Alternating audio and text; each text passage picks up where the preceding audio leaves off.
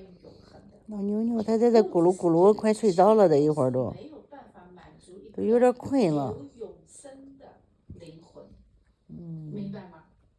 所以我们追求属物质的东西，属肉体的东西，我们居然也会把永恒性放进去，这就导致我们无求无尽。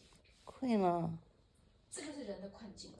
哎，这就是上帝设置的幽默的地方啊。所以正确的答案是什么？正确答案就是后面这一句话：然而神从始至终的作为，人不能参透。